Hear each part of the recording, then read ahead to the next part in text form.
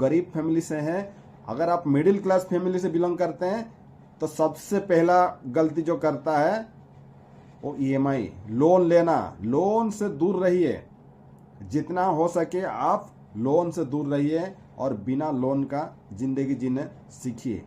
सबसे पहला वो गलती मत करिए, ठीक है। अगर आप कहीं पे काम कर रहे हैं या फिर आप सैलरीड एम्प्लॉय है तो बहुत ही अच्छी बात है, आप सबसे पहले EMI से बचिए। और दूसरी बात है कि आप आपका जो हर महीना जो सैलरी आता है, क्योंकि आप 30 दिन काम करते हैं तो उसके बाद आपको सैलरी आता है, तो सबसे पहला काम है कि जो भी सैलरी आता है सबसे पहला खुद को पेमेंट करिए। खुद को पे करना सीखिए।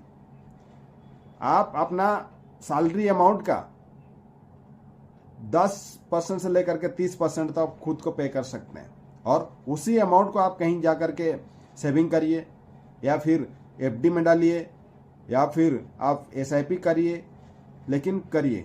जो भी आपको समझ में आ रहा है, जो भी आपको मन कर रहा है कि भाई हाँ मेरे को FD करना चाहिए तो FD कर दीजिए।